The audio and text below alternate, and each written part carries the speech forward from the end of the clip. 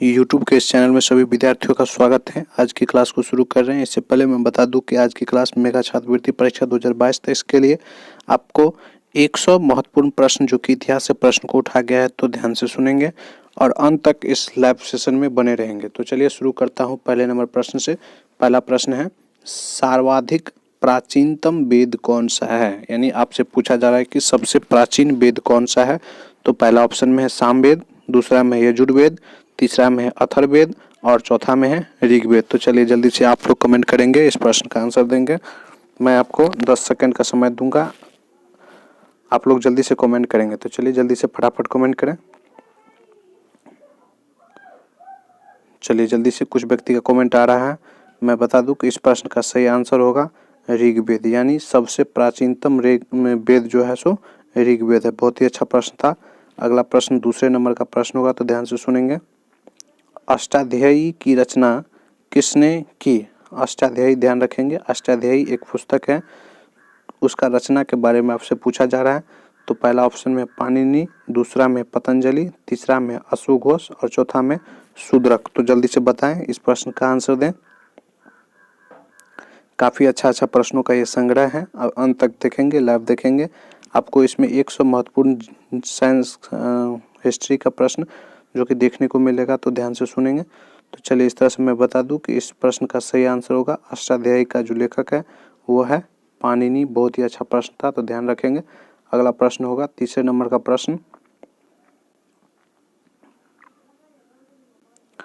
महाभारत के रचनाकार कौन है? बहुत ही अच्छा प्रश्न है, ध्यान से सुनेंगे। महाभारत के रचनाकार कौन से हैं? पहला में है महर्षि वेदव्यास, दूसरा में पाणिनि, तीसरा में वाल्मीकि और चौथा में विश्वामित्र। तो जल्दी से कमेंट करें। काफ़ी अच्छा प्रश्नों का ये संग्रह है। ध्यान रखें कि आपको 100 प्रश्न देखने को मिलेगा। अंत तक लाइव देखेंगे। साथ ही अगर जिसको PDF लेना हो, मैं इस डिस्क्रिप्शन बॉक्स में इसका लिंक डाल दूंगा, तो ध्यान रहे। चलिए मैं बता दूं, इस प्रश्न का सही आंसर होगा, यानी महाभारत का रचनाकार आपसे पूछा जा रहा है, तो महाभारत का रचनाकार महर्षि वेदव्यास हैं। अगर वहीं पे अगर रामायण का रचनाकार बोलता तो वाल्मीकि जी होते। तो ध्यान रखेंगे, वाल्मीकि जी, यानी रामायण का बोलता तो वाल्मीकि जी होता। यहाँ पे आपसे पूछ रहा था कि महाभारत का रचनाकार कौन सा होगा, तो इसका आंसर होगा महर्षि वेदव्यास। बहुत ही अच्छा प्रश्न। अगला प्रश्न चौथे नंबर का, तो ध्यान से सुनेंगे। इतिहास का जनक कहलाता है? बहुत ही अच्छा प्रश्न। इतिहास का जनक कहलाता है, पहला ऑप्शन में है टोलेमी, दूसरा में प्लिनी, चौथा में हेरोडोटस और चौथा में है टेसीयस। तो जल्दी से इस प्रश्न का आंसर करें, आपको 10 सेकेंड का समय मिलेगा। जल्दी से फटाफट कमेंट करें। जो भी अभी तक विद्यार्थी लाइव नहीं है, कृपया लाइव आ जाएं।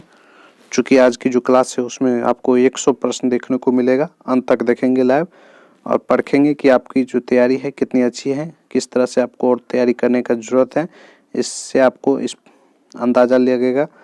तो ध्यान दें, मैं बता दूं कि इस प्रश्न का सही आंसर होगा हेरोडोटस, यानी इस प्रश्न का सही आंसर हेरोडोटस, ऑप्शन नंबर तीसरा। ध्यान रखेंगे कि इतिहास का जनक हेरोडोटस को कहा जाता है। अगला प्रश्न होगा 5वें नंबर का, बुद्ध की शिक्षाएं मिलती हैं। बुद्ध जो है सो के बारे में पूछा जा रहा है कि बुद्ध का जो शिक्षा है वो किस में मिलता है। तो पहला ऑप्शन में है सूत पिटक में, दूसरा में है दिव्यावदान में, तीसरा में है महावदान में, चौथा में है अशोक के अभिलेख में। तो जल्दी से इस प्रश्न का आंसर दें। बहुत बढ़िया। कुछ व्यक्ति का कमेंट आ रहा है ऑप्शन नंबर पहला, यानी 5 का पहला सूत पिटक। जो भी बच्चे कमेंट कर रहे हैं कि 5 का पहला होगा, उन सभी को मैं बता दूं कि इस प्रश्न का सही आंसर यानी सूत पिटक ही होगा। यानी बुद्ध की जो शिक्षाएं का जो बात हुआ है वो आपको सूत पिटक में बात किया गया है। तो चलिए अगला प्रश्न, छठे नंबर का प्रश्न। छठा नंबर प्रश्न है, भक्ति का सर्वप्रथम उल्लेख मिलता है कहाँ पे? भक्ति का जो है सो सर्वप्रथम उल्लेख मिलता है, इसके बारे में आपसे पूछा जा रहा है। तो जल्दी से ऑप्शन को पढ़ते हैं। महाभारत में, दूसरा में रामायण में, तीसरा में मद्भागवत गीता में और चौथा में है जातक में। तो जल्दी से बताएं। मैं बता दूं कि इस तरह का जो ऑनलाइन क्लास लाइव कराने का मकसद है कि कम से कम समय में अधिक से अधिक प्रश्नों को रिवाइज करें। तो इसीलिए आप लोग कम से कम इस प्रश्नों को अंत तक देखेंगे और कम ही समय में मैं इस 100 प्रश्नों को रिवाइज फटाफट करा दूंगा, तो ध्यान रहे। चलिए जल्दी से बताएं 6 नंबर का जो आंसर होगा।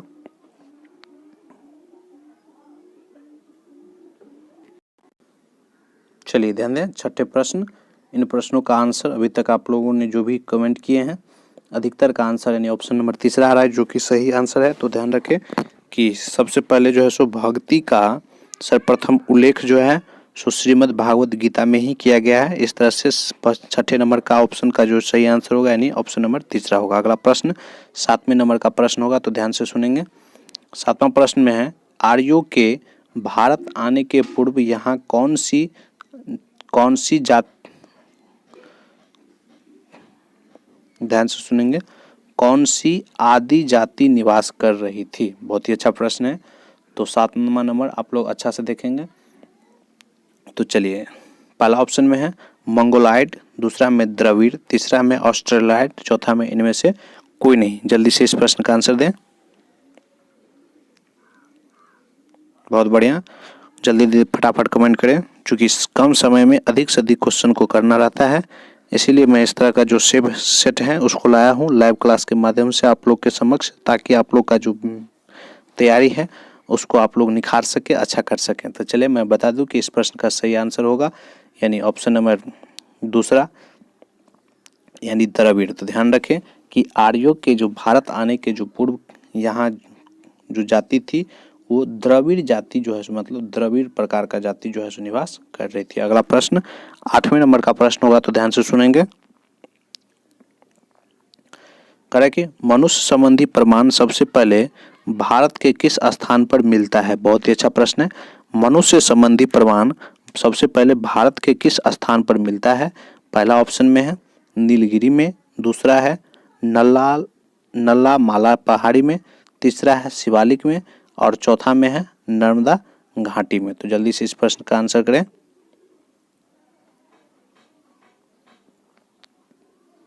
बहुत बढ़िया, जल्दी से फटाफट कमेंट करें।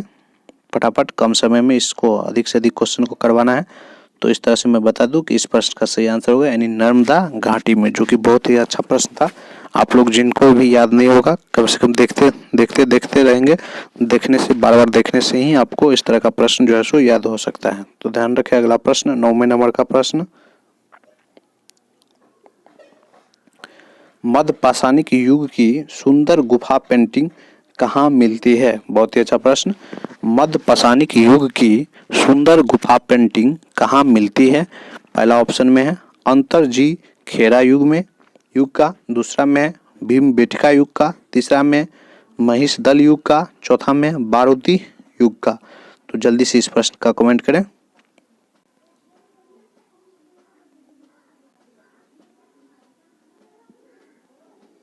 चलिए मैं बता दूं कि इस प्रश्न का सही आंसर होगा यानी ऑप्शन नंबर दूसरा यानी भीमबेटका, जो कि काफी अच्छा प्रश्न है। तो ध्यान रखेंगे, भीमबेटका जो है सो मध्य पाषाणिक युग की सुंदर गुफा पेंटिंग का जो है सो मतलब अवशेष है। ठीक है। अगला प्रश्न होगा 10वें नंबर प्रश्न, तो ध्यान से सुनेंगे।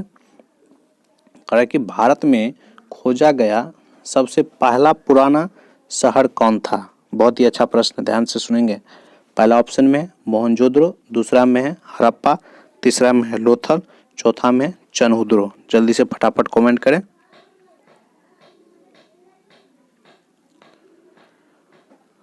तो मैं बता दूं कि इस प्रश्न का सही आंसर होगा यानी ऑप्शन नंबर दूसरा हड़प्पा, जो कि काफी अच्छा प्रश्न था। ध्यान से सुनेंगे। हड़प्पा जो है सो सबसे पुराना शहर है जो कि भारत में खोजा गया शहर है। तो ध्यान रखेंगे कि भारत में सबसे पुराना खोजा गया शहर का नाम हड़प्पा है। ध्यान रखेंगे। अगला प्रश्न 11वें नंबर का होगा। सिंधु घाटी सभ्यता किस युग से संबंधित है। सिंधु घाटी सभ्यता किस युग से संबंधित है। पहला ऑप्शन में है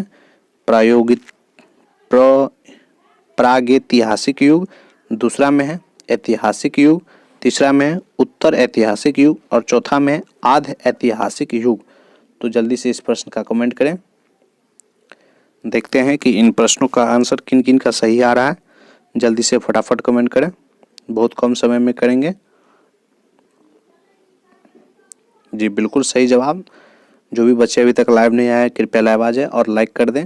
चूँकि आपको ये प्रत्येक दिन शाम के 6 बजे देखने को मिलेगा। काफ़ी अच्छा प्रश्नों का ये संग्रह होगा, जिसमें आपको अधिक से अधिक प्रश्न करवाया जाएगा, यानी एक दिन में 100 प्रश्न करवाया जाएगा। तो ध्यान से सुनेंगे और अंत तक बने रहेंगे। तो चलिए इस तरह से मैं बता दूं कि इस प्रश्न का जो सही आंसर है वो है ऑप्शन नंबर चौथा, यानी आदि ऐतिहासिक युग। बहुत ही अच्छा प्रश्न। अगला प्रश्न होगा 12वें नंबर का, तो ध्यान से सुनेंगे।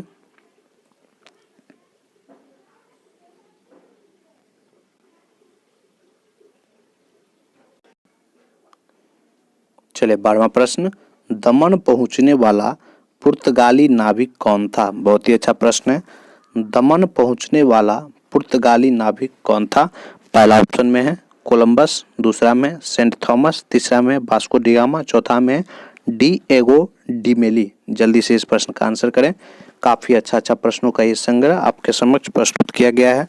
तो अधिक से अधिक प्रश्नों जो सो आपके सामने रखा गया है। इस सेट में आपको 100 महत्वपूर्ण प्रश्न रखा गया है। तो ध्यान से अंत तक इस प्रश्नों का लाइव का आनंद उठाएंगे। तो चलिए मैं बता दूं कि इस प्रश्न का सही आंसर जो होगा वो है आपका यानी वास्को डी गामा। तो ध्यान रखेंगे कि दमन पहुंचने वाला पहला जो पुर्तगाली नाविक था वो उसका नाम था वास्को डी गामा। वैसे भी वास्को डी गामा पुर्तगाल का ही रहने वाला था। तो ध्यान रखेंगे।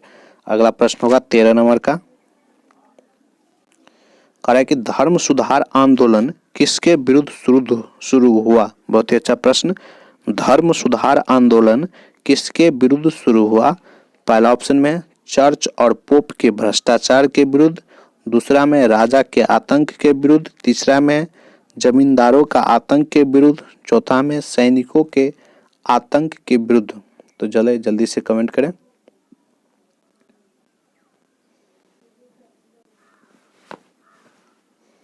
चलिए मैं बता दूं कि इस प्रश्न का सही आंसर होगा ऑप्शन नंबर पहला, यानी चर्च और पोप के भ्रष्टाचार के विरुद्ध जो है सो आपको धर्म सुधार आंदोलन शुरू किया गया था। तो ध्यान रखेंगे।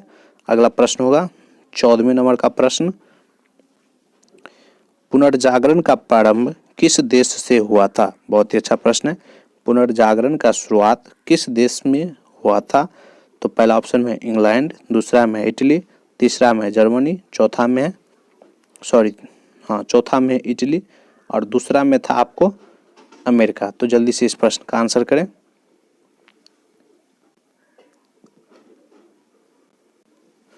चलिए मैं बता दूं कि इस प्रश्न का जो सही आंसर होगा ऑप्शन नंबर चौथा, यानी इटली इस प्रश्न का सही आंसर होगा। तो ध्यान रखेंगे, इटली इस प्रश्न का सही आंसर। बहुत ही अच्छा प्रश्न। अगला प्रश्न होगा 15वें नंबर का प्रश्न। तो ध्यान से सुनेंगे। 16वीं शताब्दी में धर्म सुधार आंदोलन का प्रारंभ किसने किया? 16वीं शताब्दी में धर्म सुधार आंदोलन का प्रारंभ किसने किया? ऑप्शन नंबर पहला में है मार्टिन लूथर, दूसरा में वाल्तेयर, तीसरा में दांते, चौथा में होमर। तो चलिए जल्दी से इस प्रश्न का कमेंट करें।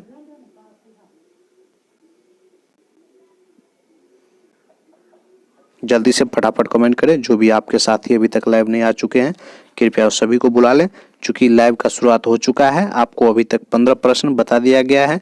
इनमें आपको 100 प्रश्न देखने को मिलेगा। तो काफ़ी अच्छा लाइव सेशन होने वाला है। तो अंत तक बने रहेंगे। साथ ही जो लाइक का जो संख्या है बहुत कम दिख रहा है, आप लोग लाइक करें, अधिक से अधिक संख्या में लाइक करें। तो मैं बता दूं इस 15वें क्वेश्चन का जो आंसर होगा इसका ऑप्शन नंबर पहला यानी सही आंसर होगा। तो इस प्रश्न का सही आंसर हुआ आपको मार्टिन लूथर किंग। बहुत ही अच्छा प्रश्न था।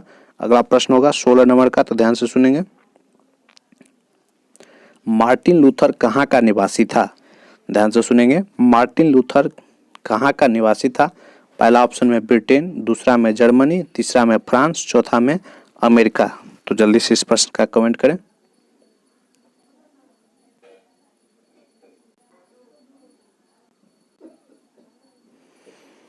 चलिए मैं बता दूं कि इस प्रश्न का जो सही आंसर है वो होगा ऑप्शन नंबर दूसरा यानी जर्मनी का। तो ध्यान रखेंगे, मार्टिन लूथर किंग जो है वो जर्मनी का निवासी था। बहुत ही अच्छा प्रश्न। अगला प्रश्न होगा 17वें नंबर का। तो ध्यान से सुनेंगे।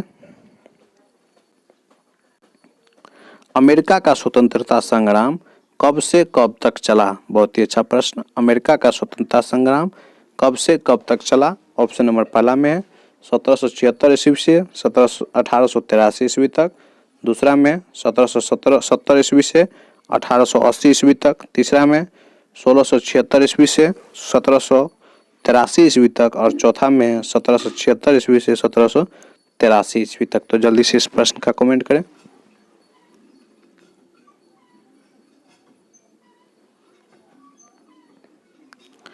चलिए मैं बता दूं कि इस प्रश्न का जो सही आंसर है वो होगा आपका ऑप्शन नंबर चौथा, यानी 1776 ईस्वी से 1783 ईस्वी तक। तो ध्यान से सुनेंगे, अच्छा प्रश्नों का ये जो श्रृंखला है आपके सामने 100 प्रश्न प्रस्तुत किया गया है। तो सभी प्रश्नों को अंत तक देखेंगे और लाइव देखेंगे। आपके सामने मैं लाइव क्लास को उपस्थित किया हूँ, तो अंत तक इस प्रश्न सेट को देखेंगे, इससे आपका बहुत ज़्यादा फायदा होने वाला है। अगला प्रश्न है 18 नंबर का, अमेरिका की स्वतंत्रता की घोषणा पत्र किसने तैयार किया? बहुत ही अच्छा प्रश्न। अमेरिका की जो स्वतंत्रता है की जो है सो घोषणा पत्र किसने तैयार किया? तो इस प्रश्न का आंसर करें, जल्दी से आप लोग कमेंट करें, ऑप्शन को पढ़ें और कमेंट करें। चलिए मैं बता दूं, ऑप्शन नंबर पहला में है मार्टिन लूथर, दूसरा में है होमर, तीसरा में जेफरसन, चौथा में दांते। तो जल्दी से इस प्रश्न का कमेंट करें। 18वां नंबर का प्रश्न है। चलिए मैं बता दूं कि इस प्रश्न का जो सही आंसर है वो होगा आपका ऑप्शन नंबर तीसरा, यानी जेफरसन। तो ध्यान रखेंगे कि अमेरिका की जो स्वतंत्रता की जो घोषणा है वो घोषणा पत्र जेफरसन ने तैयार किया था। इस तरह से इस प्रश्न का सही आंसर होगा ऑप्शन नंबर तीसरा। बहुत ही अच्छा प्रश्न। अगला प्रश्न 19वें नंबर का, तो ध्यान से सुनेंगे। फ्रांस की राज्य क्रांति कब हुई थी? बहुत ही अच्छा प्रश्न। फ्रांस की राज्य क्रांति कब हुई थी? 1889, 1790, 1789 और लास्ट में है 1989। तो जल्दी से इस प्रश्न का कमेंट करें। चलिए बहुत बढ़िया, बहुत बढ़िया। जो भी बच्चे का कमेंट आ रहा है ऑप्शन नंबर तीसरा उन सभी का सही है, क्योंकि 1789 में ही फ्रांस की जो राज क्रांति हुई थी वो 1789 में हुई थी। तो इस तरह से इस प्रश्न का सही आंसर ऑप्शन नंबर तीसरा होगा। अगला प्रश्न 20वें नंबर का, औद्योगिक क्रांति सबसे पहले किस देश में हुआ? बहुत ही अच्छा प्रश्न। औद्योगिक क्रांति सर्वप्रथम किस देश में हुआ? पहला में है ब्रिटेन, दूसरा में जर्मनी, तीसरा में फ्रांस, चौथा में पुर्तगाल। तो जल्दी से इस प्रश्न का कमेंट करें।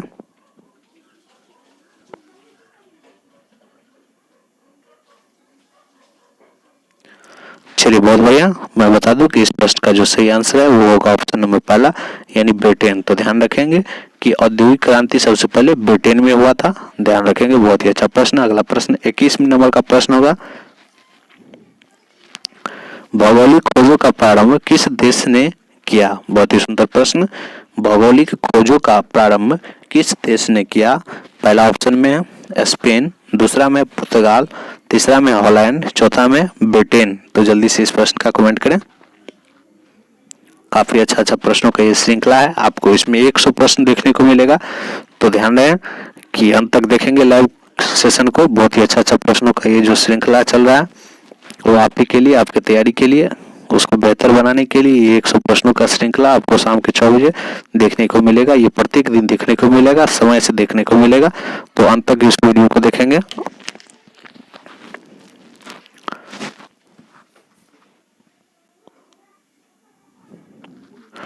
चलिए मैं बता दूं कि इस प्रश्न का जो सही आंसर होगा वो होगा आपको ऑप्शन नंबर दूसरा, यानी पुर्तगाल। बहुत ही अच्छा प्रश्न था। अगला प्रश्न 22वें नंबर का, कह कि पूंजीवाद का उदय किस काल में हुआ? बहुत ही अच्छा प्रश्न। पूंजीवाद का उदय किस काल में हुआ? पहला ऑप्शन में है आधुनिक काल, दूसरा ऑप्शन में है प्राचीन काल, तीसरा ऑप्शन में है मध्यकाल, चौथा ऑप्शन में है प्राग ऐतिहासिक काल। तो जल्दी से इस प्रश्न का कमेंट करें। पूंजीवाद का उदय किस काल में हुआ है? बहुत ही सुंदर प्रश्न। पूंजीवाद का उदय किस काल में हुआ है? तो जल्दी से कमेंट करें।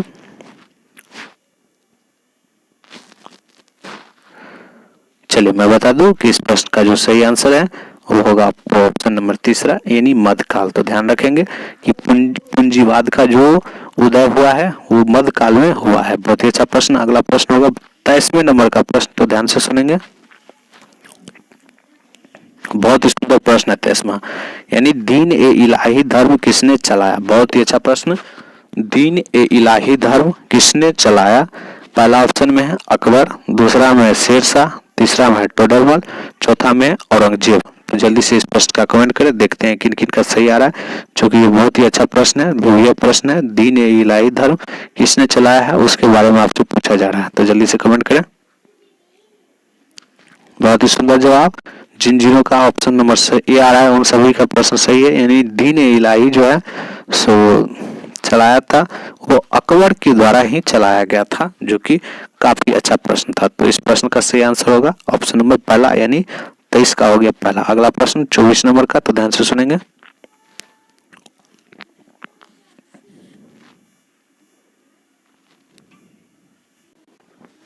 चलिए 24वां प्रश्न कह कि ईसा छठी पूर्व सदी में विश्व की प्रथम गणतंत्रात्मक व्यवस्था कहाँ थी। बहुत ही अच्छा प्रश्न है, यानी छठी ईसा पूर्व में आपसे पूछा जा रहा है कि विश्व का जो प्रथम गणतंत्रात्मक व्यवस्था था वो कहाँ पे था। तो पहला ऑप्शन में वैशाली, दूसरा में एथेंस, तीसरा में स्पार्टा, चौथा में पाटलिपुत्र। तो जल्दी से बताएंगे, यानी सबसे प्राचीन जो गणतंत्र है वो कहाँ की है। बहुत ही अच्छा प्रश्न है, शायद आप लोग इस प्रश्न का आंसर दे पाएंगे, काफी अच्छा प्रश्न है। बिल्कुल सही जवाब, जो भी बच्चे कमेंट कर रहे हैं वैशाली, उन सभी का आंसर सही है, यानी छठी सदी पूर्व में जो गणतंत्रात्मक व्यवस्था थी वो वैशाली में ही थी। अगला प्रश्न 25 नंबर का, तो ध्यान से सुनेंगे। गौतम बुद्ध का प्रवर्तक थे। बहुत ही अच्छा प्रश्न। पहला ऑप्शन में है जैन धर्म के, दूसरा ऑप्शन में है भागवत धर्म के, तीसरा ऑप्शन में है बौद्ध धर्म के, चौथा में है हिंदू धर्म के। तो जल्दी से बताएंगे इस प्रश्न का आंसर कि गौतम बुद्ध जो थे किस धर्म के प्रवर्तक थे, यानी किस धर्म के मानने वाले थे। जल्दी से कमेंट करें। चलिए, तो इस तरह से मैं बता दूं कि इस प्रश्न का जो सही आंसर होगा वो होगा ऑप्शन नंबर तीसरा, यानी बौद्ध धर्म के। बहुत ही अच्छा प्रश्न। अगला प्रश्न 26 नंबर का, तो ध्यान से सुनेंगे। प्रथम बौद्ध संगति कहाँ आयोजित की गई थी। बहुत ही सुंदर प्रश्न। प्रथम बौद्ध संगति कहाँ आयोजित की गई थी। पहला ऑप्शन में है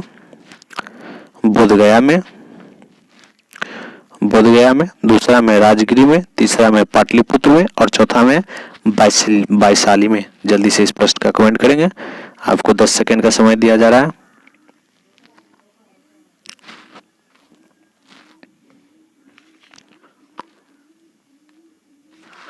चलिए, इस तरह से आपका समय समाप्त हुआ। मैं बता दूं कि इस प्रश्न का जो सही आंसर है वो होगा ऑप्शन नंबर दूसरा, यानी राजगिरी। तो याद रखेंगे कि प्रथम बौद्ध संगति राजगिरी में आयोजित की गई थी। अगला प्रश्न 27 नंबर का।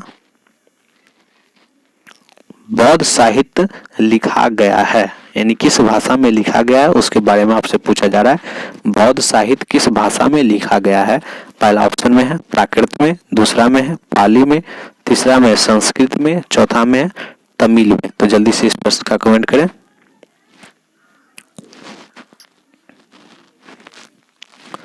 बहुत बढ़िया, जल्दी से फटाफट कमेंट करें। कुछ व्यक्ति का कमेंट आ रहा है। चलिए, इस तरह से मैं बता दूं कि इस प्रश्न का जो सही आंसर है वो होगा ऑप्शन नंबर दूसरा, यानी बौद्ध साहित्य जो है सो पाली भाषा में लिखा गया है। तो ध्यान रखेंगे, बौद्ध साहित्य पाली भाषा में लिखा गया है। अगला प्रश्न 28 नंबर का, तो ध्यान से सुनेंगे। कि गौतम बुद्ध का महापरिनिर्वाण किस स्थान पर हुआ। गौतम बुद्ध का महापरिनिर्वाण किस स्थान पर हुआ। पहला ऑप्शन में लुम्बिनी, दूसरा में पाटलिपुत्र, तीसरा ऑप्शन में है कुशीनारा या कुशीनगर, चौथा में है बोधगया। तो जल्दी से कमेंट करें, फटाफट कमेंट करें। अभी तक हम लोग 28वें नंबर के जो प्रश्न है उन पर पहुंच चुके हैं। जल्दी कमेंट करें, कम से कम समय में इस जो सेट है इसको समाप्त किया जाएगा, लाइव क्लास को समाप्त किया जाएगा। अभी भी मैं बता दूं कि इस प्रश्न पत्र में आपको 100 प्रश्न देखने को मिलेगा, तो अंत तक आप लोग लाइव बने रहेंगे। कम से कम समय में इन प्रश्न पत्रों को समाप्त किया जाएगा।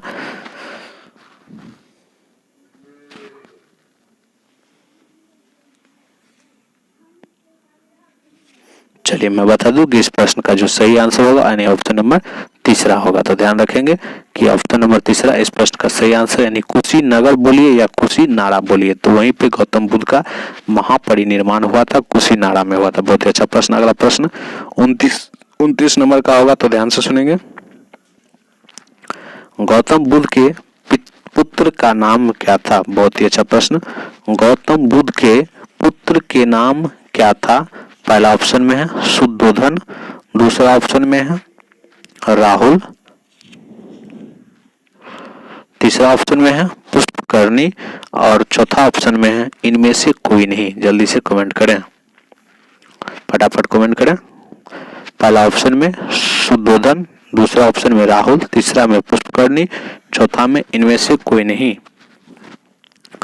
चलिए इस तरह से मैं बता दूं कि इस प्रश्न का जो सही आंसर है वो होगा ऑप्शन नंबर दूसरा यानी राहुल। तो ध्यान रखेंगे कि गौतम बुद्ध के पुत्र का नाम राहुल था। बहुत अच्छा प्रश्न। अगला प्रश्न 30 नंबर का, तो ध्यान से सुनेंगे। गौतम बुद्ध का जन्म, ज्ञान प्राप्ति तथा निर्वाण प्राप्ति की घटनाएं एक खास दिन को ही घटी, वह खास दिन कौन सा था? बहुत ही अच्छा प्रश्न। तो जल्दी से इस प्रश्न का आंसर देंगे। पहला ऑप्शन में है रामनवमी के दिन, दूसरा में है बैसाखी के दिन, तीसरा में है होली के दिन और चौथा में है शरद पूर्णिमा के दिन। तो जल्दी से कमेंट करें।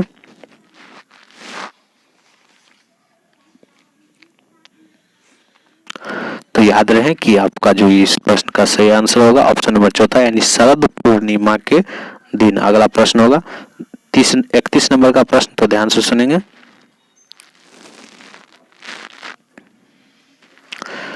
जैन धर्म के प्रवर्तक कौन थे? जैन धर्म के प्रवर्तक कौन थे?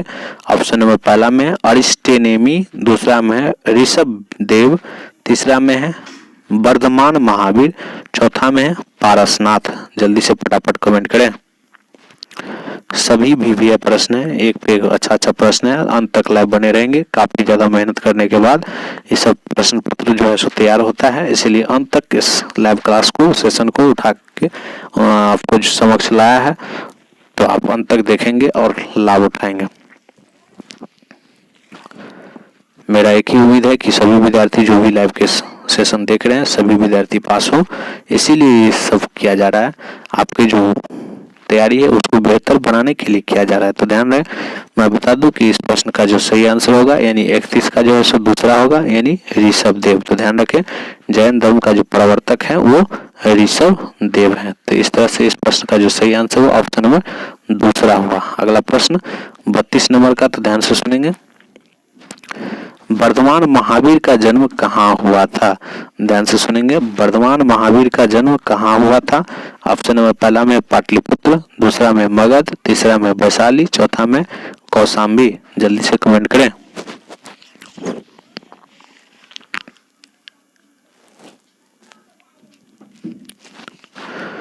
चलिए इस तरह से मैं बता दूं कि इस प्रश्न का जो सही आंसर होगा इसका होगा ऑप्शन नंबर तीसरा यानी वैशाली। बहुत ही अच्छा प्रश्न है। ध्यान रखेंगे कि महावीर का जो जन्म हुआ था वो वैशाली जिला में हुआ था, वैशाली में हुआ था। बहुत ही अच्छा प्रश्न। अगला प्रश्न 33 नंबर का, तो ध्यान से सुनेंगे। जैनियों के प्रथम तीर्थंकर कौन थे? जैनियों के प्रथम तीर्थंकर कौन थे? पहला में अरिस्टोनेमी, दूसरा में पारसनाथ, तीसरा में अजितनाथ और चौथा में है ऋषभदेव। जल्दी से कमेंट करेंगे।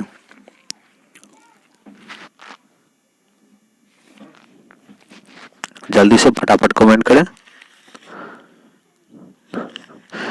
चलिए इस प्रश्न का मैं बता दूं, इस प्रश्न का जो सही आंसर होगा ऑप्शन नंबर चौथा यानी ऋषभदेव, जो कि जैनियों का प्रथम तीर्थंकर था। ये प्रश्न पहले भी आया था, पूछा गया था, तो ध्यान रखेंगे। अगला प्रश्न होगा महावीर किस भाषा में शिक्षा देते थे? बहुत ही अच्छा प्रश्न।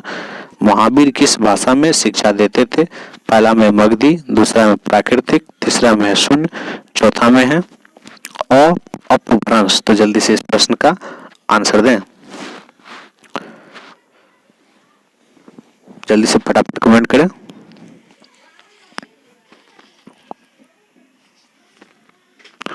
काफी मात्रा में कमेंट होना चाहिए। लाइक कीजिए, अब तक आप लोग जो भी लाइक नहीं किए हैं लाइक कीजिए।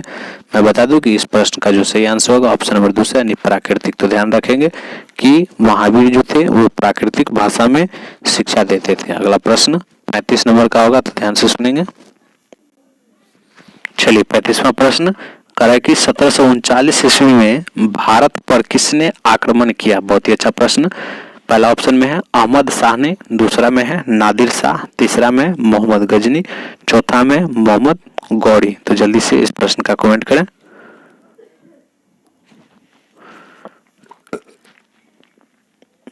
चलिए मैं बता दूं कि इस प्रश्न का जो सही आंसर होगा वो होगा ऑप्शन नंबर दूसरा यानी नादिर शाह। तो ध्यान रखेंगे कि नादिर शाह ने जो है सो 1739 ईस्वी में भारत पर आक्रमण किया था। अगला प्रश्न होगा 36 नंबर का, तो ध्यान से सुनेंगे।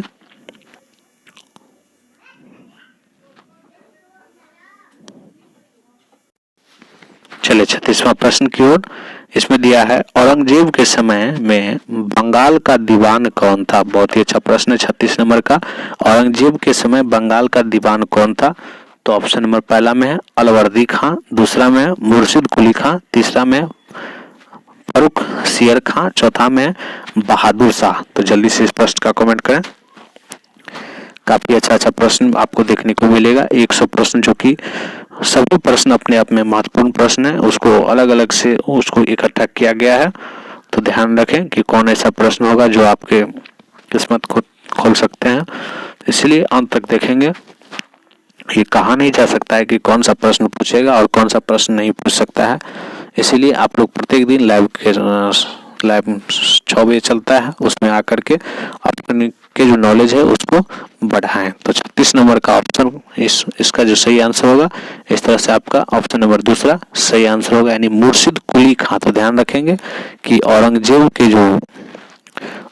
के समय बंगाल का दीवान यानी मुर्शिद कुली खां था। ध्यान रखेंगे। अगला प्रश्न 37 नंबर का प्रश्न होगा, तो ध्यान से सुनेंगे।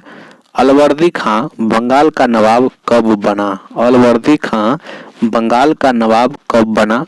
पहला ऑप्शन में है 1740, दूसरा में है 1756, तीसरा में है 1840, चौथा में 1750। जल्दी से कमेंट करें।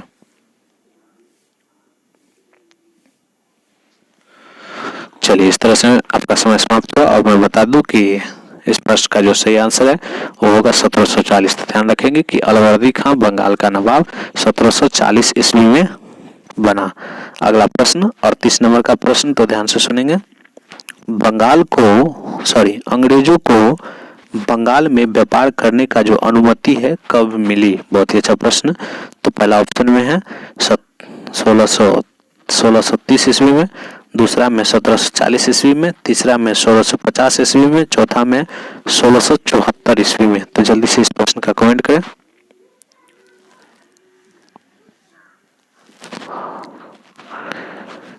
चलिए फटाफट कमेंट करें। जो बच्चे अभी तक नहीं जुड़े हैं कृपया लाइव आ जाए, अधिक से अधिक संख्या में लाइव देखें। अधिक से अधिक संख्या में जब आप लोग लाइव देखते हैं तो हमें भी काम करने की जो है सो इच्छा जागृत होती है।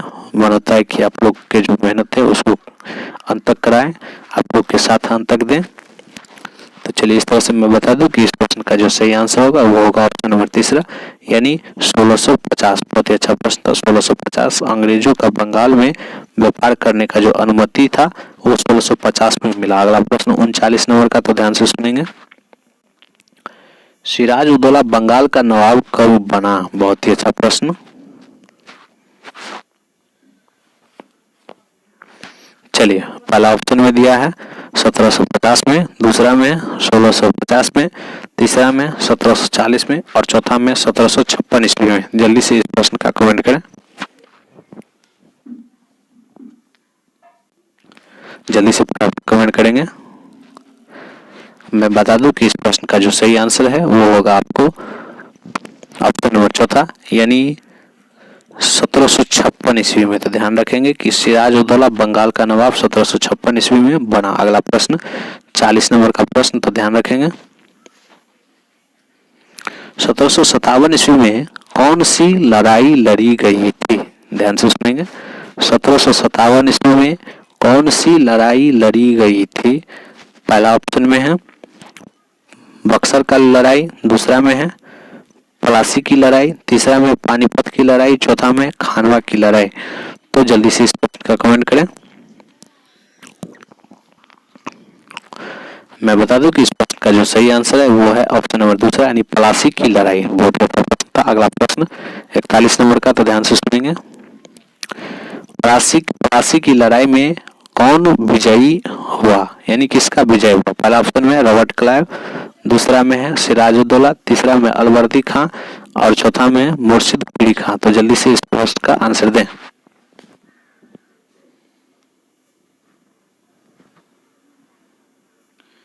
चलिए आपका समय समाप्त हुआ। मैं बता दूं कि इस प्रश्न का जो सही आंसर है वो होगा ऑप्शन नंबर पहला, यानी रॉबर्ट क्लाइव। बहुत ही अच्छा प्रश्न था, रॉबर्ट क्लाइव का जो है सो विजय हुआ था, तो ध्यान रखेंगे। अगला प्रश्न 42 नंबर का प्रश्न,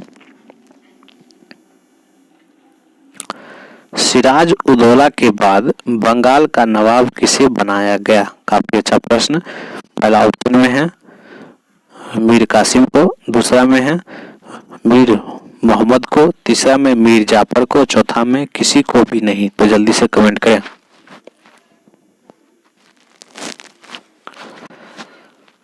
जल्दी से फटाफट कमेंट करें।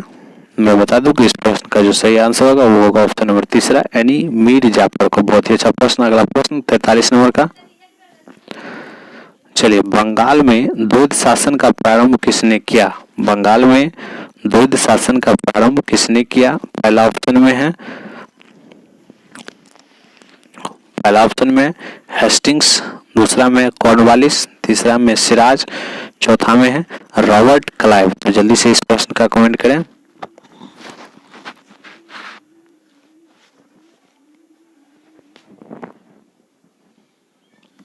चलिए मैं बता दूं कि इस प्रश्न का जो सही आंसर है वो होगा ऑप्शन नंबर चौथा, यानी रॉबर्ट क्लाइव। बहुत ही अच्छा प्रश्न। अगला प्रश्न 44 नंबर का, तो ध्यान से सुनेंगे। द्वैध शासन का अर्थ क्या होता है? द्वैध शासन का क्या अर्थ होता है? ऑप्शन नंबर पहला में दो आदमियों का शासन, दूसरा में दोहरी शासन, तीसरा में दो तरह का शासन, चौथा में दोबारा शासन। तो जल्दी से इस प्रश्न का कमेंट करें।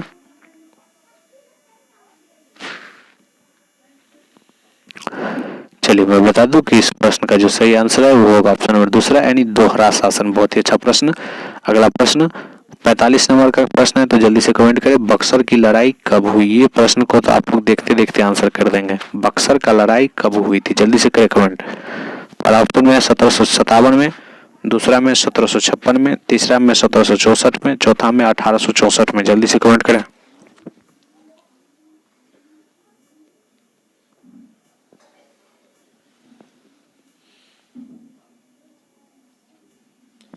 चलिए इस तरह से आपका समय समाप्त हुआ।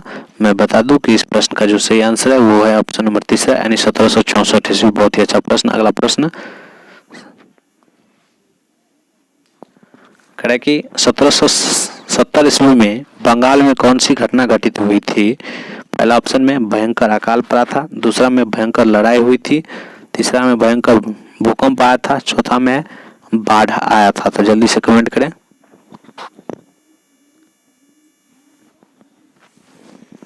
चलिए मैं बता दूं कि जो प्रश्न है इन प्रश्न का सही आंसर होगा ऑप्शन नंबर पहला, यानी भयंकर अकाल हुआ था। बहुत ही अच्छा प्रश्न। अगला प्रश्न 47 नंबर का प्रश्न है, तो ध्यान से सुनेंगे।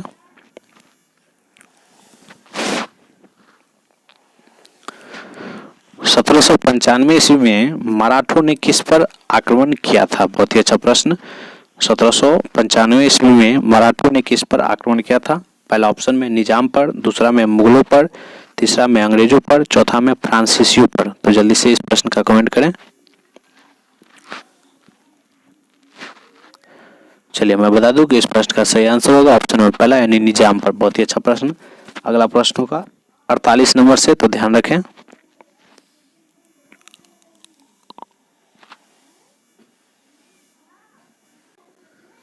चलिए 48वां प्रश्न, ईसाई मसीह का जन्म स्थल कहाँ है? बहुत ही अच्छा प्रश्न। पहला ऑप्शन में बेथलेहम में, दूसरा में है स्पेंटाइन में यानी सीरिया जगह है, तीसरा ऑप्शन में है हड़पी में, चौथा में इनमें से कोई नहीं। जल्दी से इस प्रश्न का कमेंट करें फटाफट। ईसा मसीह का जन्म स्थल कहाँ है? आपसे पूछा जा रहा है, जल्दी से कमेंट करें। आपको सिर्फ 10 सेकंड का समय मिलेगा। कम से कम समय में इस टेस्ट को जो है खत्म करना है। तो मैं बता दूं कि ये जो प्रश्न है इस प्रश्न का सही आंसर होगा यानी ऑप्शन नंबर पहला, यानी बेथलेहम। बहुत ही अच्छा प्रश्न। अगला प्रश्न 49वें नंबर का प्रश्न होगा, तो ध्यान से सुनेंगे। मगध पर शासन करने वाला प्राचीनतम ज्ञात राजवंश है। मगध पर शासन करने वाला प्राचीनतम ज्ञात राजवंश है। पहला में है हर्यक वंश, दूसरा में है मौर्य वंश, तीसरा में है वृद्धरथ, चौथा में है इनमें से कोई नहीं। जल्दी से इस प्रश्न का कमेंट करें।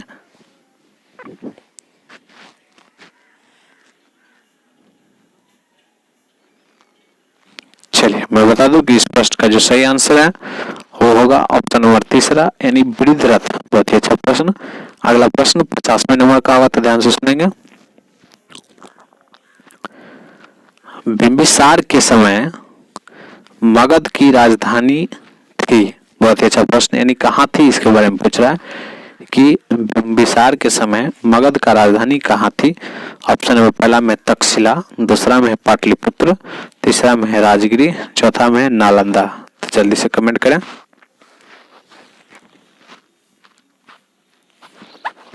जल्दी से फटाफट कमेंट करें। आपको सिर्फ 10 सेकंड का समय दिया जाएगा। चलिए मैं बता दूं कि ये जो प्रश्न है, इस प्रश्न का सही आंसर होगा ऑप्शन नंबर तीसरा, यानी राजगिरी। बहुत ही अच्छा प्रश्न। अगला प्रश्न 51 नंबर का, तो ध्यान से सुनेंगे। बिंबिसार का राजवैद्य कौन था। बहुत ही अच्छा प्रश्न। बिंबिसार का राजवैद्य कौन सा था। पहला में है चरक, दूसरा में धनवंतरी, तीसरा में है जीवक, चौथा में इनमें से कोई नहीं। जल्दी से कमेंट करें। बिंबिसार का राजवैद्य कौन सा था।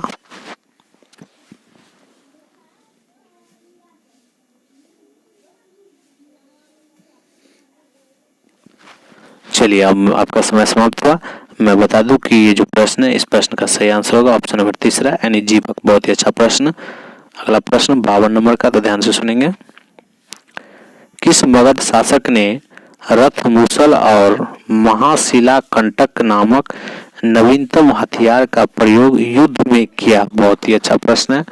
ऑप्शन में पहला में है बिंबिसार, दूसरा में है अजातशत्रु, तीसरा में है जरासंध, चौथा में है इनमें से कोई नहीं। तो जल्दी से कमेंट करें।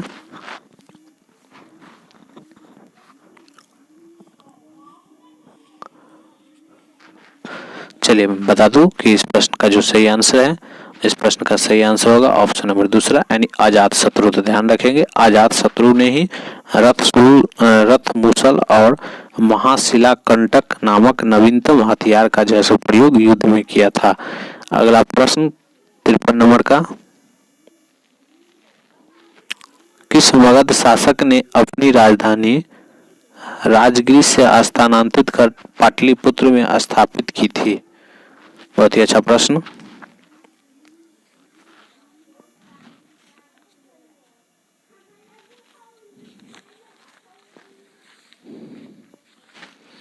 जल्दी से फटाफट कमेंट करें।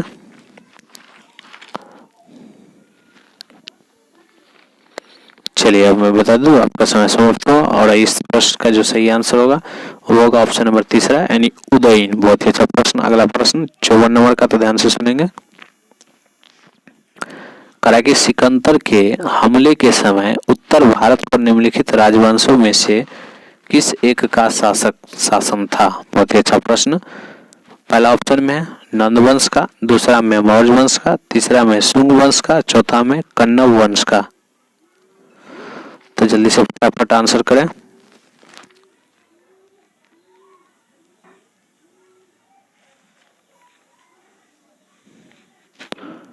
जल्दी से कमेंट करें, कम से कम समय में कमेंट करें। बहुत बढ़िया, जल्दी से कमेंट करें। तो मैं बता दूं कि इस प्रश्न का जो सही आंसर होगा ऑप्शन नंबर पहला, यानी नंद वंश। बहुत ही अच्छा प्रश्न। अगला प्रश्न 55 नंबर का। भारत पर चढ़ाई करने वाला प्रथम विदेशी आक्रमणकारी कौन था। भारत पर चढ़ाई करने वाला प्रथम विदेशी आक्रमणकारी कौन था। जल्दी से कमेंट करेंगे।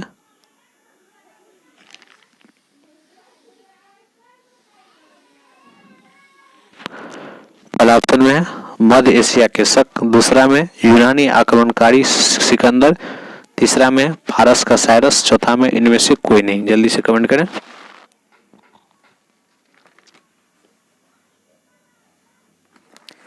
चलिए मैं बता दूं कि इस प्रश्न का जो सही आंसर है वो होगा ऑप्शन नंबर तीसरा, यानी फारस का साइरस। अगला प्रश्न 56 नंबर का। सिकंदर भारत पर आक्रमण कब किया था? बहुत ही अच्छा प्रश्न। पहला ऑप्शन में 258 ईसा पूर्व में, दूसरा में है 225 ईसा पूर्व में, तीसरा में 325 ईसा पूर्व में, चौथा में है 326 ईसा पूर्व में। जल्दी से कमेंट करेंगे।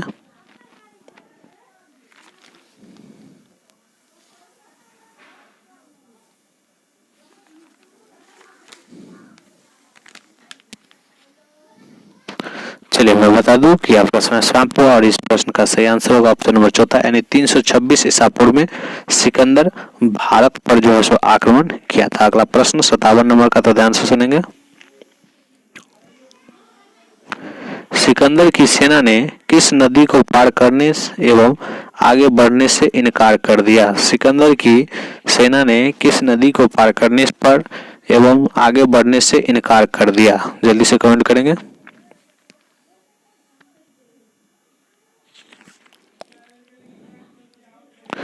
चलिए इसका ऑप्शन जो है पहला ऑप्शन में दिया है झेलम, दूसरा में सिंधु, तीसरा में ब्यास, चौथा में इनमें से कोई नहीं। तो जल्दी से इस प्रश्न का कमेंट करें।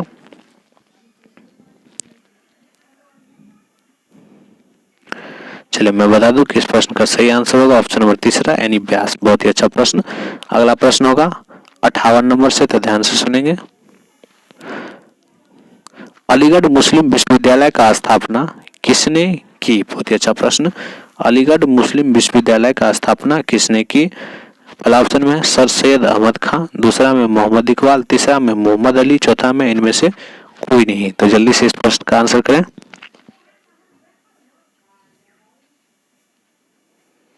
चलिए मैं बता दूं कि इस प्रश्न का जो सही आंसर है वो होगा ऑप्शन नंबर पहला, यानी सर सैयद अहमद खान। बहुत ही अच्छा प्रश्न, यानी इस प्रश्न का सही आंसर होगा ऑप्शन नंबर पहला। अगला प्रश्न होगा 59 नंबर का।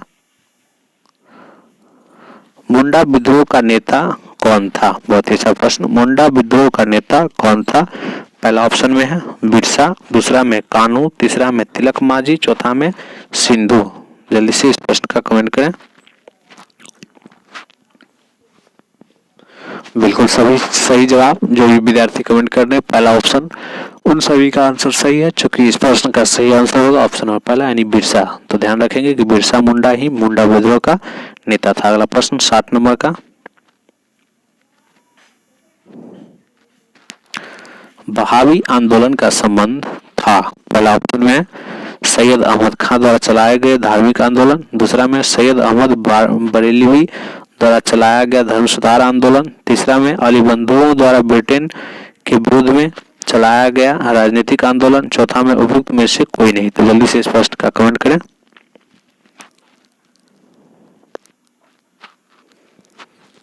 चलिए मैं बता दूं कि इस प्रश्न का जो सही आंसर होगा ऑप्शन नंबर इसका दूसरा सही आंसर होगा। तो ध्यान रखें इस प्रश्न का सही आंसर। अगला प्रश्न 61 नंबर का।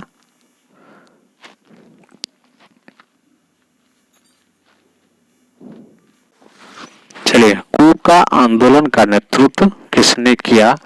ऑप्शन नंबर पहला में है रामदास, दूसरा में है गुरु नानक, तीसरा में राम सिंह, चौथा में है गुरु गोविंद सिंह। तो जल्दी से इस प्रश्न का कमेंट करें। काफी अच्छा प्रश्न है, ध्यान से सुनेंगे। कूका आंदोलन का नेतृत्व किसने किया? जल्दी से कमेंट करें। चलिए मैं बता दूं कि इस प्रश्न का सही आंसर ऑप्शन नंबर तीसरा, यानी राम सिंह होगा। तो ध्यान रखेंगे। अगला प्रश्न 62 नंबर का। सर्वोदय शब्द का प्रयोग सर्वप्रथम किसने किया? सर्वोदय शब्द का प्रयोग सर्वप्रथम किसने किया? पहला ऑप्शन में महात्मा गांधी, दूसरा में पंडित जवाहरलाल नेहरू, तीसरा में विनोबा भावे, चौथा में जयप्रकाश नारायण। तो जल्दी से इस प्रश्न का कमेंट करेंगे। अगर अच्छा लगा हो तो आप लोग कमेंट करेंगे कि ठीक है सर, इस तरह का वीडियो प्रत्येक दिन आप बनाएंगे तो मैं इसको जो है सो काफ़ी ज़्यादा संख्या में प्रत्येक दिन शाम के 6 बजे इसी के थ्रू जो है सो आपको लाइव क्लास पढ़ाऊंगा। तो ध्यान रखेंगे, कमेंट करना ना भूलें।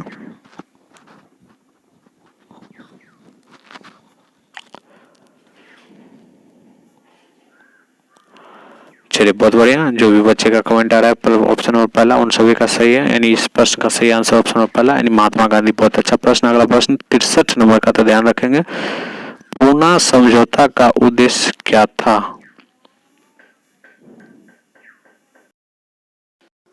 अगला प्रश्न है 63वें नंबर का प्रश्न, तो ध्यान से सुनेंगे। पूना समझौता का उद्देश्य क्या था?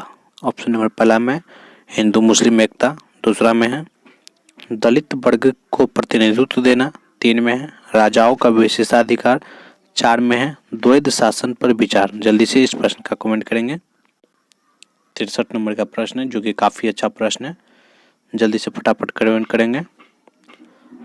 चलिए आपको 10 सेकंड का समय देंगे इस प्रश्न का जवाब देने के लिए, जल्दी से कमेंट करेंगे।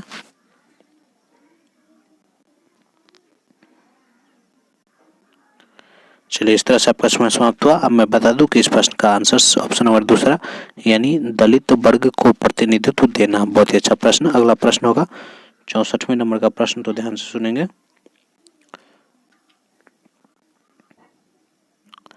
बारदोली आंदोलन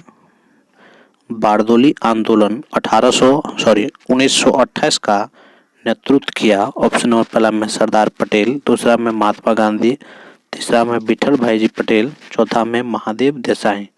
तो जल्दी से इस प्रश्न का कमेंट करें, देखते हैं किन किन का प्रश्न का आंसर सही आ रहा है। जो भी बच्चे अभी तक लाइक नहीं किए हैं कृपया लाइक कर दें।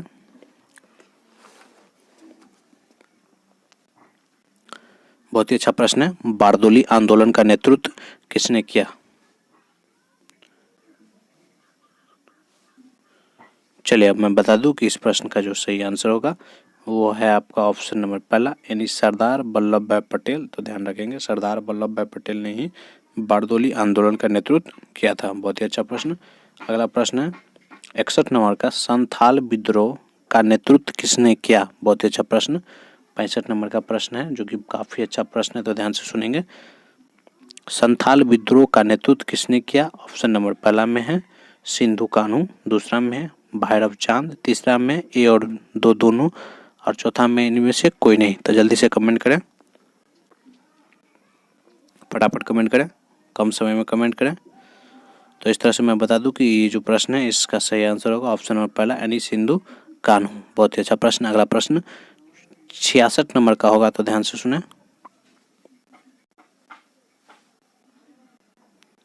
भारतीय राष्ट्रीय कांग्रेस की प्रथम विदेशी महिला अध्यक्ष कौन थी? बहुत ही सुंदर प्रश्न 66 नंबर का, तो ध्यान से सुनेंगे।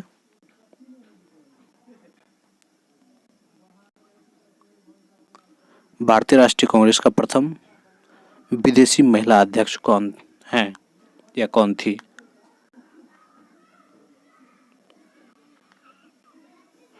चलिए ऑप्शन नंबर पहला में है एनी बेसेंट, दूसरा में सुचिता कृपलानी, तीसरा में राजकुमार अमृता कौर, चौथा में है एनी बेसेंट। तो जल्दी से इस प्रश्न का कमेंट करेंगे। चलिए मैं बता दूं कि ये जो प्रश्न है इस प्रश्न का सही आंसर ऑप्शन नंबर चौथा यानी एनी बेसेंट होगा। बहुत ही अच्छा प्रश्न, ध्यान रखेंगे। अगला प्रश्न 67 नंबर का, भारतीय राष्ट्रीय कांग्रेस का प्रथम मुसलमान अध्यक्ष कौन था?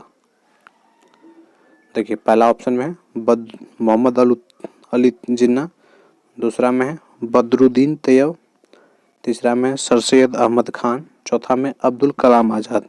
तो जल्दी से कमेंट करें,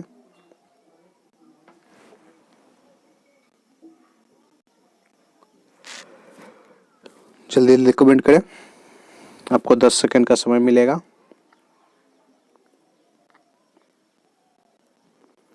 चलिए इस तरह से मैं बता दूं कि इस प्रश्न का सही आंसर होगा ऑप्शन नंबर दूसरा यानी बदरुद्दीन तैयब। तो बहुत ही अच्छा प्रश्न। अगला प्रश्न होगा 68 नंबर का, तो ध्यान से सुनेंगे। मोपला विद्रोह 1921 में कहाँ हुआ था? तो ध्यान रखेंगे कि मोपला विद्रोह केरल में हुआ था। और किस जगह का बात कर रहा है आपसे पूछ रहा है, तो पहला ऑप्शन में तेलंगाना, दूसरा में है मालाबार तट, तीसरा में मराठवाड़ा और चौथा में विदर्भ। तो जल्दी से इस प्रश्न का कमेंट करेंगे,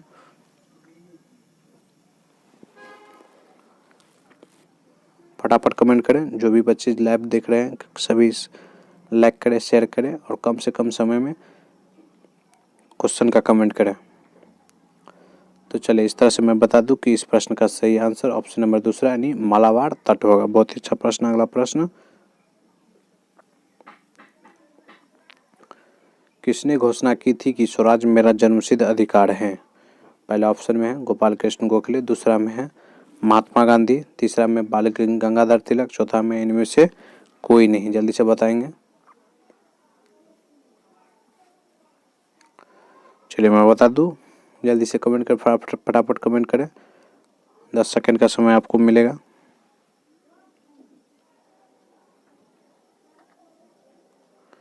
चलिए इस तरह से मैं बता दूं, आपका समय समाप्त हुआ और इस प्रश्न का सही आंसर होगा यानी स्वराज मेरा जन्मसिद्ध अधिकार है, ये नारा जो है सो बाल गंगाधर तिलक ने दिया था। तो ध्यान रहे। अगला प्रश्न 70 नंबर का, तो ध्यान से सुनेंगे। बंगाल का विभाजन हुआ था, बहुत ही अच्छा प्रश्न। पहला ऑप्शन में 15 अगस्त 1905, दूसरा में 15 सितंबर 1905, तीसरा में 16 अक्टूबर 1905, चौथा में 15 नवंबर 1905। जल्दी से कमेंट करें।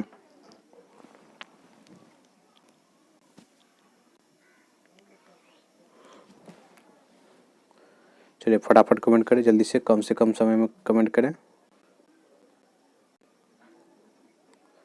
चलिए अब मैं बता दूं कि इस प्रश्न का सही आंसर होगा ऑप्शन नंबर तीसरा यानी 16 अक्टूबर 1905, जो कि काफ़ी अच्छा प्रश्न है, तो इनको याद रखेंगे।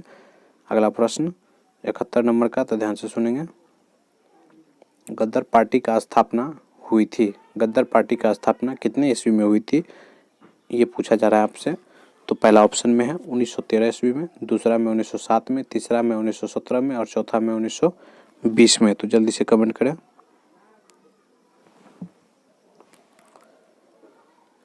चलिए मैं बता दूं, इस प्रश्न का सही आंसर होगा ऑप्शन नंबर पहला यानी 1913। तो ध्यान रखेंगे कि गद्दार पार्टी का स्थापना 1913 में लाला हरदयाल ने किया था। बहुत ही अच्छा प्रश्न। अगला प्रश्न 72 नंबर का। गद्दार पार्टी का नेता कौन था? बहुत ही अच्छा प्रश्न, मैंने अभी आपको आंसर बता दिया था। तो जल्दी से कमेंट करें, आप लोग बिना देखे हुए कमेंट करें फास्ट में। पहला ऑप्शन में भगत सिंह, दूसरा में लाला हरदयाल, तीसरा में बाल गंगाधर तिलक, चौथा में बी डी सावरकर। जल्दी से कमेंट करें, फटाफट कमेंट करें। बहुत ही सुंदर जवाब। चलिए मैं बता दूं कि इस प्रश्न का सही आंसर होगा ऑप्शन नंबर दूसरा यानी लाला हरदयाल। बहुत ही अच्छा प्रश्न। अगला प्रश्न 73 नंबर का, तो ध्यान से सुनेंगे। भारत छोड़ो आंदोलन का प्रस्ताव पारित होने के बाद गांधी जी को कैद किया गया था, यानी किस जेल में कैद किया गया था या कहाँ पे कैद किया गया था, उसके बारे में आपसे पूछा जा रहा है। तो जल्दी से इस प्रश्न का आंसर देंगे।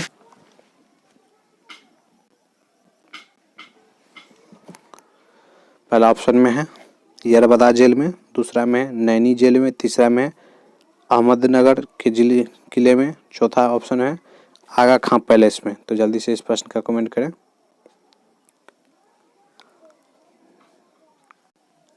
चलिए इस तरह से मैं बता दूं कि इस प्रश्न का सही आंसर होगा ऑप्शन नंबर चौथा यानी आगा खां पैलेस, जो कि बहुत ही अच्छा प्रश्न था, तो ध्यान रखेंगे। चलिए अगला प्रश्न होगा 74 नंबर से, तो ध्यान रखेंगे।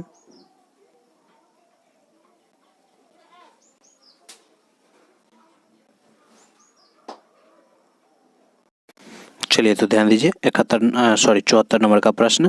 कानपुर में विद्रोहियों का नेतृत्व किसने किया? ऑप्शन नंबर पहला में लक्ष्मीबाई, दूसरा में तात्या टोपे, तीसरा में वीर कुंवर सिंह, चौथा में है नाना साहेब। तो जल्दी से इस प्रश्न का आंसर करें। 74 नंबर का प्रश्न जो कि आपके समक्ष है, काफ़ी अच्छा प्रश्नों का ये श्रृंखला।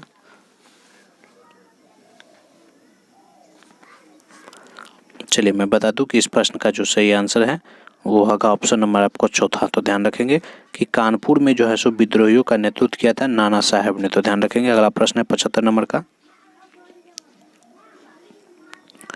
बिहार में विद्रोहियों का नेतृत्व किसने किया था? बहुत ही अच्छा प्रश्न है 75 नंबर का। तो पहला ऑप्शन में है लक्ष्मीबाई, दूसरा में तात्या टोपे, तीसरा में वीर कुंवर सिंह और चौथा में नाना साहेब। तो जल्दी से इस प्रश्न का आंसर करें।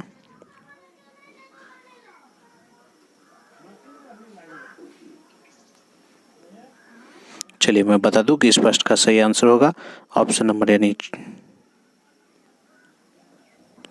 तीसरा यानी वीर कुंवर सिंह। 75 का जो है आपको इस प्रश्न का सही आंसर होगा तीसरा यानी वीर कुंवर सिंह, जो कि काफ़ी अच्छा प्रश्न था। तो ध्यान रखेंगे कि बिहार में विद्रोहियों का नेतृत्व जो है सो वीर कुंवर सिंह ने किया था। बिहार में वीर कुंवर सिंह। अगला प्रश्न होगा 76 नंबर का। झांसी में विद्रोहियों का नेतृत्व किसने किया था? तो ये तो सभी को याद होना चाहिए, झांसी में।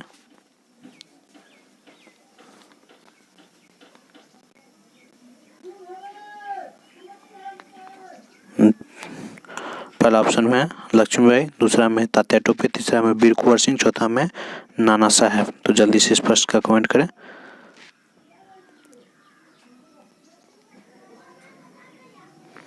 चलिए, बहुत अच्छा, बहुत आदमी का आ रहा है आंसर ऑप्शन नंबर पहला। तो याद रखें कि सही बात है कि झांसी में जो है रानी लक्ष्मीबाई, यानी इसीलिए झांसी की रानी लक्ष्मीबाई को कहा जाता है। तो याद रखेंगे 76 का पहला ऑप्शन सही होगा। अगला प्रश्न 77 नंबर का, अवध में विद्रोहियों का नेतृत्व किसने किया? अवध में विद्रोहियों का नेतृत्व किसने किया? पहला में है लक्ष्मीबाई, दूसरा में तात्या टोपे, तीसरा में बेगम हजरत महल, चौथा में कुंवर सिंह। तो जल्दी से इस प्रश्न का कमेंट करेंगे।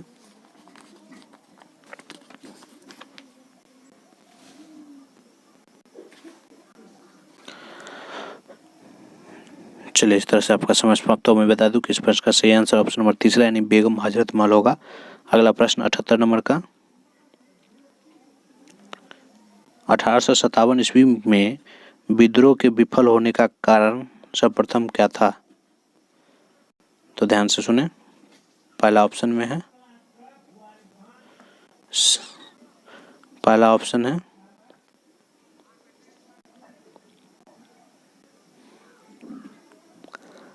साधनों की कमी, दूसरा में है नेताओं में संगठन एवं एकता का अभाव, तीसरा में है जनता का सहयोग नहीं, चौथा में है सभी राजाओं का सहयोग नहीं। जल्दी से फटाफट कमेंट करें।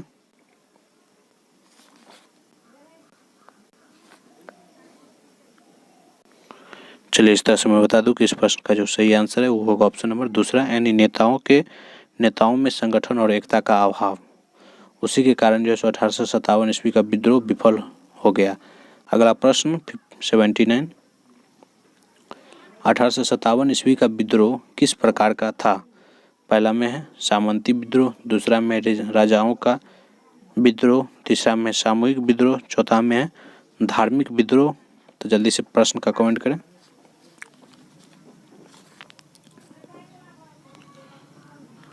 जल्दी से कमेंट करेंगे। बहुत ही सुंदर जवाब। जो भी इस प्रश्न का ऑप्शन सही तीसरा माना है उन सभी का आंसर सही है, यानी 1857 ईस्वी का विद्रोह का जो था वो था सामूहिक प्रयास, सभी के द्वारा प्रयास किया गया था। अगला प्रश्न 80 नंबर का, तो ध्यान से सुनेंगे।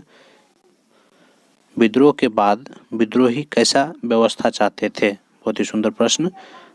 ऑप्शन नंबर पहला में है प्रजातंत्र, दूसरा में है गणतंत्र, तीसरा में है सामंतवादी, चौथा में मुगलों के राज की पुनर्स्थापना। जल्दी से कमेंट करेंगे।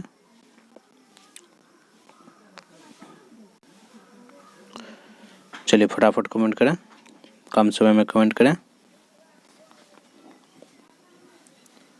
तो इस तरह से मैं बता दूं कि इस प्रश्न का सही आंसर होगा यानी ऑप्शन नंबर चौथा यानी मुगलों के राज्य की पुनर्स्थापना। बहुत ही अच्छा प्रश्न। अगला प्रश्न 81 नंबर का, तो ध्यान से सुनेंगे। भारत में ईस्ट इंडिया कंपनी का शासन कब समाप्त हुआ? बहुत ही अच्छा प्रश्न है। भारत में ईस्ट इंडिया कंपनी का शासन कब समाप्त हुआ? तो पहला ऑप्शन में है 1856 में, दूसरा में 1857 में, तीसरा में 1858 में, चौथा में है 1859 ईस्वी में।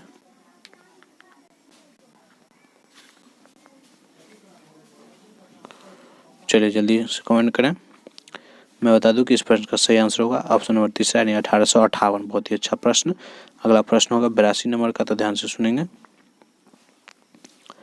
ब्रिटिश संसद का शासन भारत पर कब से प्रारंभ हुआ? पहला ऑप्शन में 1858 ईस्वी, दूसरा में 1857 ईस्वी, तीसरा में 1860, चौथा में 1990। जल्दी से कमेंट करेंगे। आपको 100 प्रश्न देखने को मिलेगा, शेष और 18 प्रश्न है, तो ध्यान से बने रहें, अंतिम तक देखें।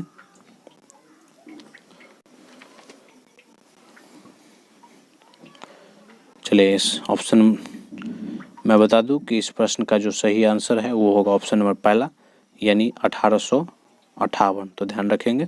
अगला प्रश्न 83 नंबर का, भारत का पहला वायसराय कौन था? जल्दी से कमेंट करेंगे, सभी को याद होगा। पहला ऑप्शन में है बेंटिंग, दूसरा में है डलहौजी, तीसरा में कैनिंग, चौथा में है डफरिन। तो जल्दी से कमेंट करें।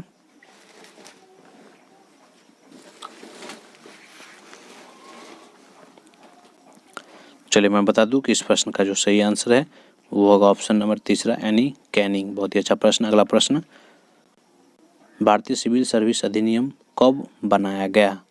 पहला ऑप्शन में है 1857, दूसरा है 1861, तीसरा है 1856, चौथा है इनमें से कोई नहीं। जल्दी से कमेंट करेंगे।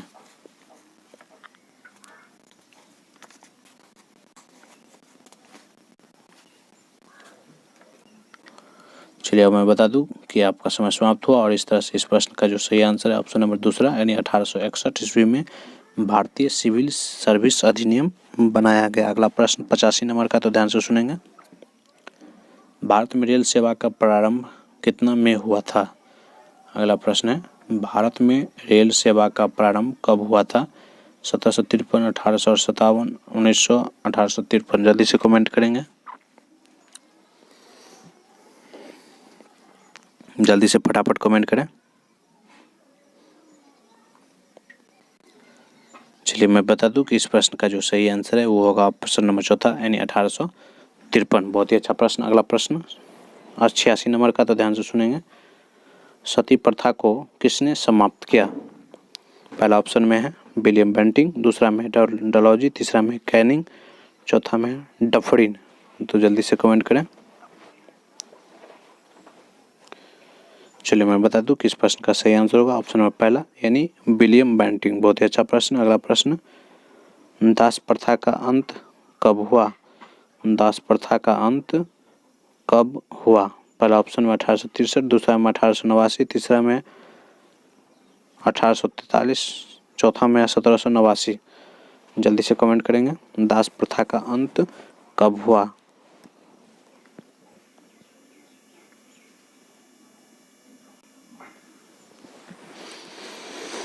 चलिए इस तरह से इस प्रश्न का जो सही आंसर है वो होगा आपका ऑप्शन नंबर दूसरा, यानी 1843। बहुत ही अच्छा प्रश्न। अगला प्रश्न 88 नंबर का, तो ध्यान से सुनेंगे। भारत में नील और चाय उद्योग पर किनका नियंत्रण था? पहला ऑप्शन में है सरकार का, दूसरा में है भारत के उद्योगपतियों का, अगला में है ब्रिटेन के पूंजीपतियों का, चौथा में है जर्मनी का। तो जल्दी से इस प्रश्न का कमेंट करेंगे। फटाफट कमेंट करें। चलिए मैं बता दूं कि इस प्रश्न का जो सही आंसर है वो होगा आपका ऑप्शन नंबर तीसरा, यानी ब्रिटेन का। बहुत ही अच्छा प्रश्न। अगला प्रश्न 89 नंबर, तो ध्यान से सुनेंगे। 89 नंबर का प्रश्न है, Tata iron and steel company की स्थापना कब हुई? तो पहला ऑप्शन में है 1901 में, दूसरा में 1902 में, तीसरा में 1903 में, चौथा में 1907 में। जल्दी से कमेंट करें।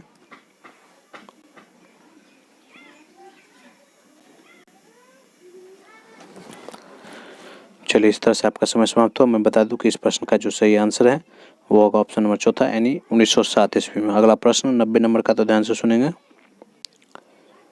भारत में स्थानीय स्वशासन का प्रारंभ किस वायसराय ने किया?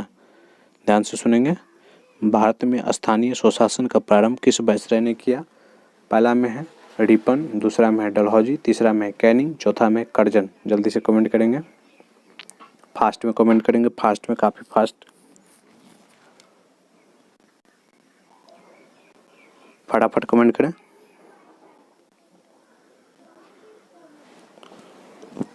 स्थानीय स्वशासन का प्रारंभ किसने किया था?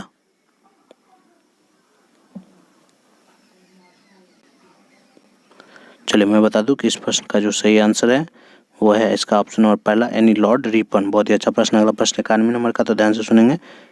विलियम बेंटिंग कैसा शासक था? पहला में है उदारवादी, दूसरा में निरंकुश, तीसरा में दुष्ट, चौथा में परंपरावादी। जल्दी से कमेंट करेंगे।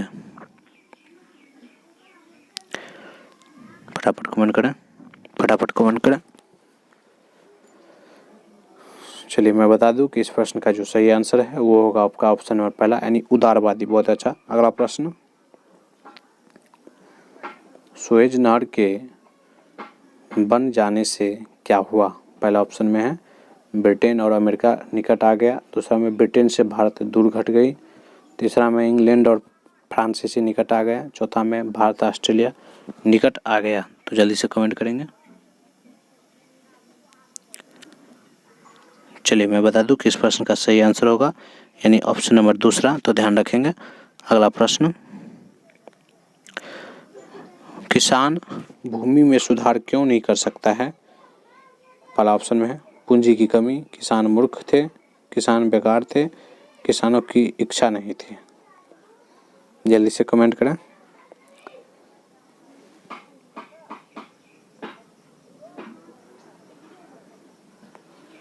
चलिए मैं बता दूं कि इस प्रश्न का जो सही आंसर है, इस प्रश्न का सही आंसर होगा आपको ऑप्शन नंबर पहला, यानी किसान के पास पूंजी की कमी थी। बहुत ही अच्छा प्रश्न। अगला प्रश्न 94 नंबर का, भारत के किस प्रदेश में ऊसर मृदाओं का सर्वाधिक क्षेत्रफल है? ध्यान से सुनेंगे। पहला ऑप्शन में है महाराष्ट्र, पहला ऑप्शन है महाराष्ट्र, दूसरा में उत्तर प्रदेश, तीसरा में मध्य प्रदेश, चौथा में गुजरात। तो जल्दी से कमेंट करें।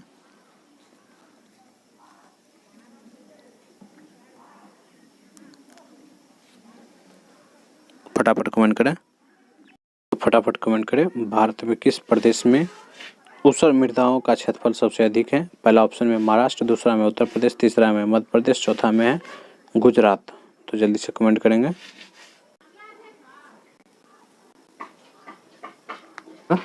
इसका होगा, ध्यान रखेंगे, इसका होगा आपको आप लोग जो है इस प्रश्न का आंसर देंगे। इन प्रश्नों का आंसर मैं छोड़ रहा हूँ। चलिए अगला प्रश्न देखिए, मुर्गियों की खतरनाक बीमारी होती है, यानी मुर्गियों में कौन सी ऐसी खतरनाक बीमारी है जो होती है? पहला ऑप्शन में रानीखेत, दूसरा में चेचक, तीसरा में फ्लोरम, तीसरा में कॉक्सीडियोसिस। तो जल्दी से इस प्रश्न का आंसर करें। चलिए मैं बता दूं, जल्दी से फास्ट में करें, समय कम है, ज़्यादा समय नहीं लेना है। बहुत ही बढ़िया।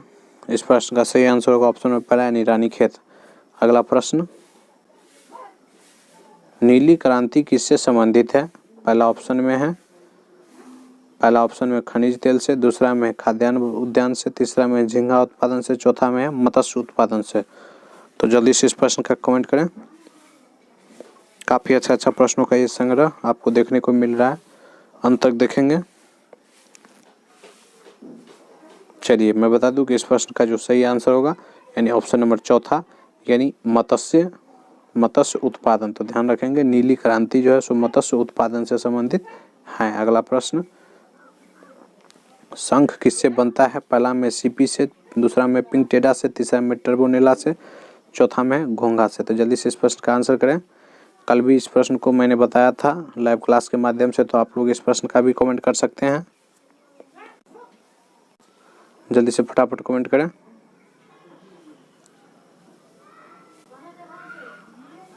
जल्दी से कमेंट करें।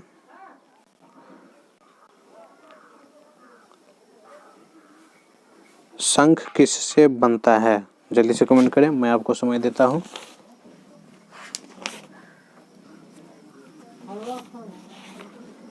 फटाफट कमेंट करेंगे, फटाफट कमेंट करेंगे। शंख किससे बनता है?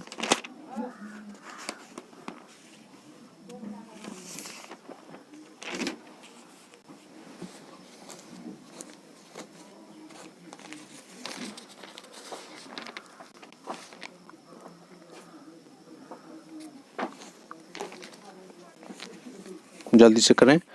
चलिए बहुत बढ़िया, जो भी इस प्रश्न का आंसर लगाया है पिंकटेडा उन सभी का सही है। वैसे देख लेना, इस प्रश्न का आंसर होगा, लगता है टर्बोनेला होगा। अगला प्रश्न 98 नंबर का, भारत में सर्वाधिक भेड़ किस राज्य में पाया जाता है? आपको ये 98 नंबर का क्वेश्चन, इसके बाद हो गया 99 नंबर का क्वेश्चन, 99 और लास्ट 100 नंबर का क्वेश्चन। ये 3 प्रश्न आपको होमवर्क में दिया गया है, ध्यान रखें। इस प्रश्नों का आपको जो है सो कमेंट करना है। मैं आपको समय दे देता हूँ, यानी 98 नंबर, 99 नंबर और 100 नंबर, 3 प्रश्न जो है सो होमवर्क में दिया हूँ। इसका कमेंट करें आप लोग, ठीक है। चलिए मैं आपको कमेंट करने का भी समय दे रहा हूँ, 2 मिनट का समय देता हूँ 3 प्रश्नों को बनाने के लिए। जल्दी से कमेंट करेंगे। सभी को good night, good night, good night all. Love you, good night. बहुत बढ़िया, बहुत बढ़िया। जल्दी से कमेंट करें, फटाफट कमेंट करें। शुभ संध्या, शुभ संध्या सभी को, सभी को। चलिए जल्दी करें, फटाफट करें, समय बहुत हो चुका है।